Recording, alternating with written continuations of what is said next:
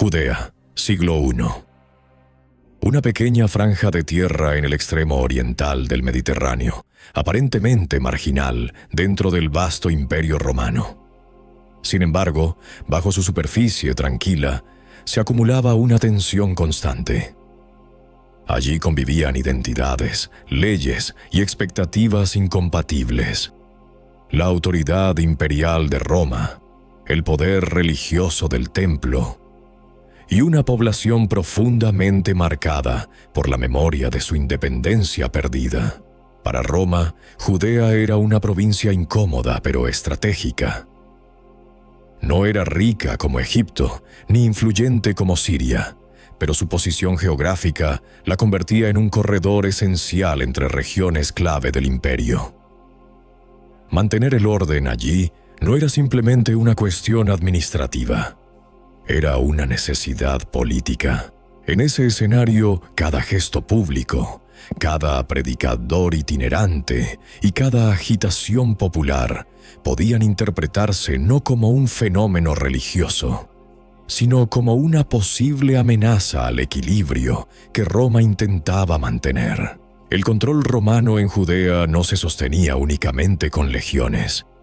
A diferencia de otras regiones más ricas o estratégicamente centrales, Roma prefería gobernar Judea mediante un sistema de equilibrio político. La presencia militar existía, pero su función principal era disuasoria. La verdadera estabilidad dependía de una red de acuerdos con élites locales que tenían tanto que perder como Roma si el orden se rompía. Gobernadores romanos, como Poncio Pilato en tiempos de Jesús, representaban la autoridad imperial, pero su aparato administrativo era reducido. Para que la provincia funcionara día a día, necesitaban la cooperación de las estructuras internas de la sociedad judía. Esa cooperación se articulaba especialmente a través de Jerusalén y en el centro de la ciudad, del templo. Para un observador romano, el templo no era solo un santuario religioso. Era la institución que organizaba gran parte de la vida pública de Judea. Allí se recaudaban impuestos religiosos, se regulaban sacrificios, se resolvían cuestiones legales y se concentraba una autoridad simbólica que influía sobre toda la población. Controlar Jerusalén sin enfrentarse abiertamente al templo era una prioridad política para Roma. Las familias sacerdotales que dirigían el templo ocupaban por tanto una posición extremadamente delicada. Eran responsables ante el pueblo de preservar la tradición religiosa, pero al mismo tiempo debían demostrar a Roma que podían mantener la estabilidad social. Este equilibrio generaba tensiones constantes. Si eran percibidos como demasiado cercanos al poder romano, corrían el riesgo de perder legitimidad entre la población. Si permitían que la agitación popular creciera, Roma podía intervenir directamente. Además, Judea tenía una memoria histórica incómoda para cualquier poder ocupante. Durante siglos había conocido periodos de independencia, especialmente bajo la dinastía Asmonea. Esa memoria no había desaparecido. Persistía en la identidad colectiva, en los relatos populares y en las expectativas religiosas de liberación. Para muchos judíos del siglo I, la dominación romana no era un estado permanente del mundo, sino una situación provisional que algún día debía cambiar. Por eso la estabilidad de la provincia era siempre frágil. En el paisaje social de Judea circulaban predicadores, líderes carismáticos y movimientos populares que anunciaban transformación, justicia o intervención divina en la historia. Algunos eran pacíficos, otros abiertamente rebeldes. Desde la perspectiva romana, la línea entre religión y política en Judea era prácticamente inexistente. Un discurso religioso podía convertirse rápidamente en un problema político si lograba movilizar a multitudes. Este era el escenario real en el que se movía la sociedad de la época.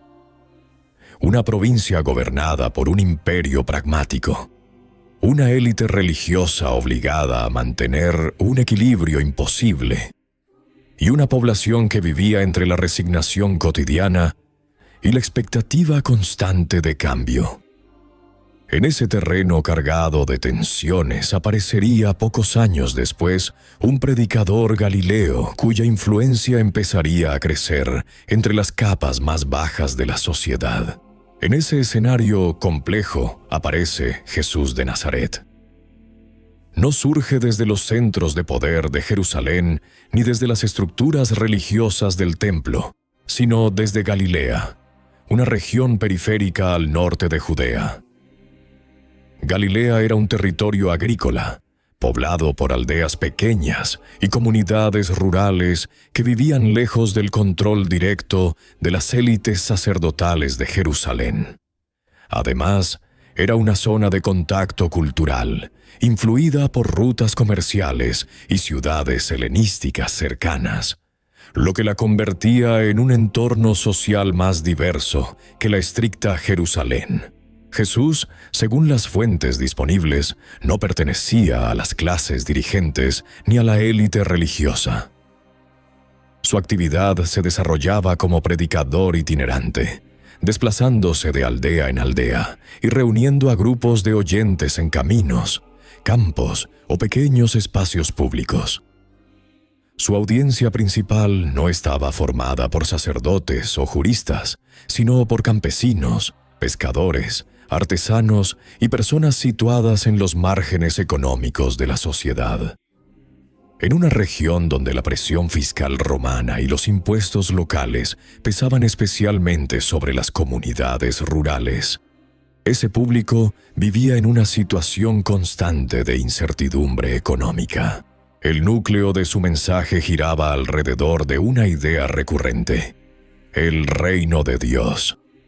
En términos religiosos, esa expresión podía entenderse como una promesa espiritual o como una transformación futura del mundo. Sin embargo, en una sociedad que vivía bajo dominación imperial, la palabra reino tenía inevitablemente una dimensión política. No implicaba necesariamente un programa de rebelión, pero sí evocaba la idea de un orden diferente al existente. Las fuentes históricas no muestran a Jesús organizando un movimiento armado ni preparando una insurrección contra Roma. No aparece dirigiendo milicias ni llamando a la violencia. Pero en Judea, la historia reciente hacía que cualquier movimiento popular despertara atención inmediata.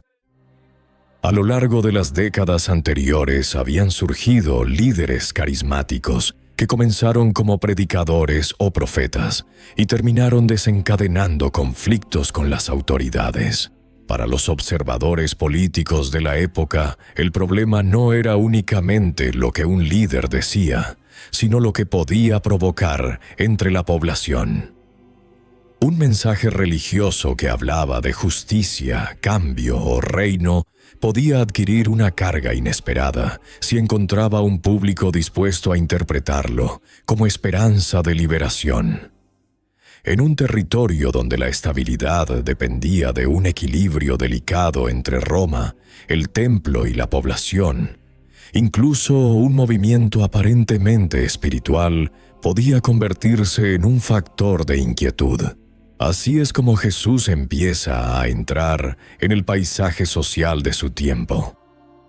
No como un actor del poder, sino como una voz que circula entre las capas populares de Galilea y que poco a poco comienza a atraer atención más allá de su entorno inmediato. En una provincia donde los movimientos carismáticos podían crecer con rapidez, ese tipo de influencia nunca pasaba completamente desapercibida. La tensión latente que recorría Judea se hacía especialmente visible en Jerusalén durante las grandes festividades religiosas. En esos días, la ciudad experimentaba una transformación radical. Su población se multiplicaba con la llegada de peregrinos procedentes de toda la región e incluso de comunidades judías dispersas por el Mediterráneo. Las calles se llenaban de caravanas, comerciantes, sacerdotes y viajeros. Ese aumento repentino de gente convertía la ciudad en un lugar imprevisible, donde cualquier incidente podía escalar rápidamente. Roma lo sabía. Por eso, durante estas celebraciones, la presencia militar se reforzaba. Tropas romanas permanecían cerca del recinto del templo, especialmente en la fortaleza Antonia, desde donde podían observar el patio sagrado y reaccionar con rapidez ante cualquier disturbio. Para el poder imperial, las fiestas religiosas no eran solo un evento cultural, eran un momento de alto riesgo político. Es en ese contexto donde se sitúa uno de los episodios más citados de la vida pública de Jesús, la expulsión de los comerciantes del templo. Los evangelios describen cómo interrumpió la actividad de cambistas y vendedores que operaban dentro del recinto sagrado. Aquellos comerciantes no estaban allí por casualidad. Su presencia respondía a necesidades prácticas del sistema del templo. Cambiar monedas extranjeras por la moneda aceptada para el impuesto religioso y vender animales aptos para los sacrificios prescritos por la ley. Desde un punto de vista estrictamente histórico, el gesto no se puede entender solo como una protesta espiritual o moral. El lugar donde ocurrió le daba un significado mucho más amplio. El templo no era únicamente un espacio de oración, era el centro institucional de Judea. Allí convergían religión, economía y autoridad social. Alterar su funcionamiento, aunque fuera momentáneamente, tenía implicaciones que iban más allá del simbolismo religioso. Para las autoridades sacerdotales, ese tipo de acción representaba un desafío público en el corazón mismo de su sistema de autoridad. Para Roma, cualquier disturbio en el recinto más sensible de la provincia podía convertirse en una señal de desorden. En una ciudad saturada de peregrinos y cargada de expectativas religiosas, incluso una protesta breve podía interpretarse como el inicio de algo mayor. Ese momento marca un punto de fricción claro. Hasta entonces, Jesús había actuado principalmente en entornos rurales y periféricos. Pero al intervenir dentro del Templo de Jerusalén, su mensaje entraba directamente en el espacio donde se cruzaban religión, poder y política. Y en un sistema tan frágil como el de Judea bajo Roma, tocar ese punto de equilibrio nunca era un gesto sin consecuencias. Después del incidente en el templo, la situación cambia de forma decisiva. Jesús ya no es solo un predicador rural que habla ante pequeños grupos en aldeas de Galilea. Su acción ha tenido lugar en el espacio más sensible de Jerusalén, delante de peregrinos, comerciantes y autoridades religiosas. En un sistema político tan frágil como el de Judea bajo dominio romano, un gesto público de ese tipo obligaba a las autoridades a reaccionar. Las élites sacerdotales que controlaban el templo tenían una responsabilidad clara: mantener el orden dentro de la ciudad y evitar cualquier situación que pudiera provocar una intervención directa de Roma. Si Jerusalén entraba en agitación durante las festividades, las consecuencias podían ser devastadoras.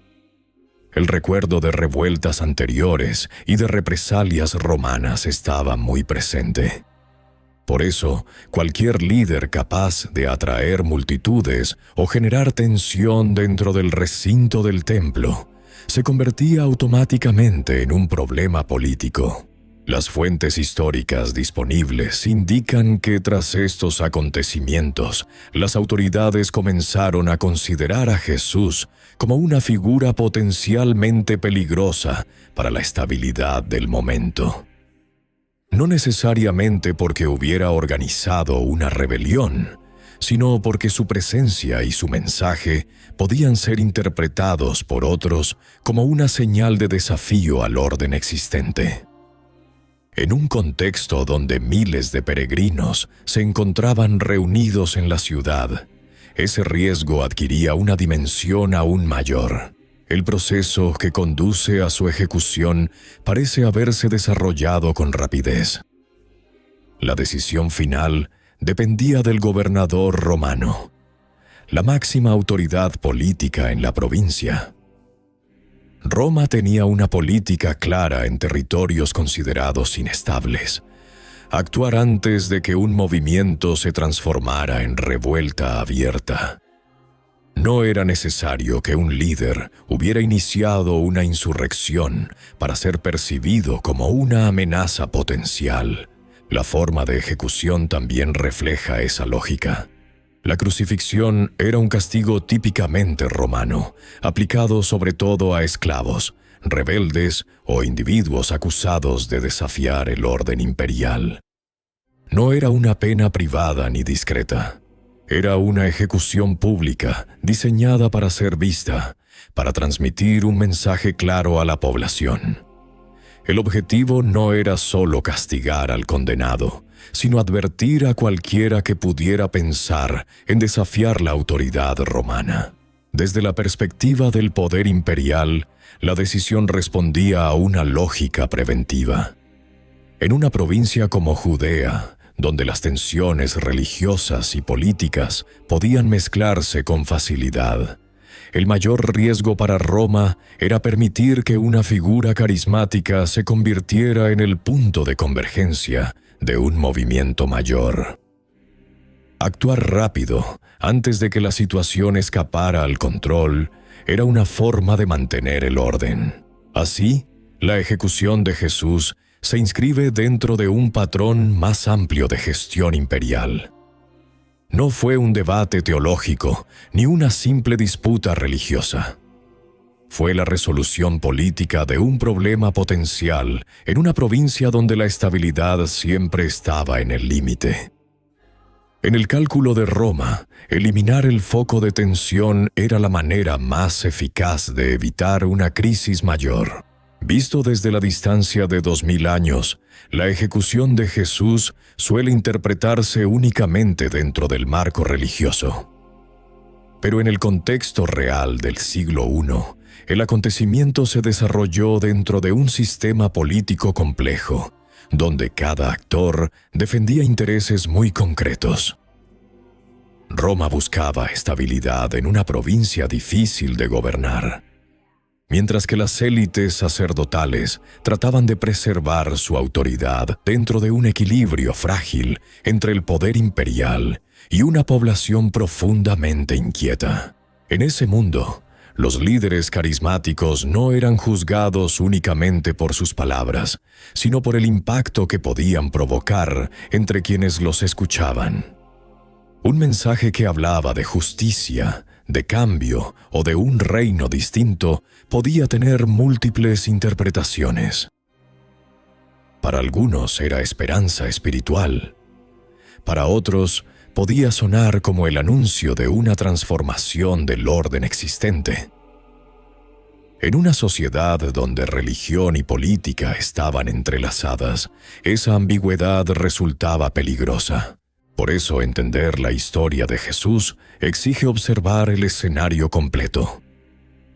Judea no era solo un territorio religioso. Era una provincia ocupada, atravesada por tensiones sociales, expectativas de liberación y una vigilancia constante por parte del poder imperial. En ese entorno, cualquier figura capaz de movilizar a la población quedaba inevitablemente atrapada entre el mensaje que transmitía y la reacción de quienes gobernaban. Mirar ese contexto no pretende resolver todas las preguntas sobre la figura de Jesús, pero sí ayuda a comprender el mundo en el que vivió y las fuerzas políticas que lo rodeaban. Un mundo donde el equilibrio era precario y donde una decisión tomada para mantener el orden podía terminar marcando la historia durante siglos. Si te interesa analizar la historia desde esta perspectiva, entendiendo cómo el poder, la política y la sociedad influyeron en los acontecimientos, suscríbete al canal. Aquí exploramos el mundo que rodeó a Jesús y las decisiones que cambiaron el curso de la historia.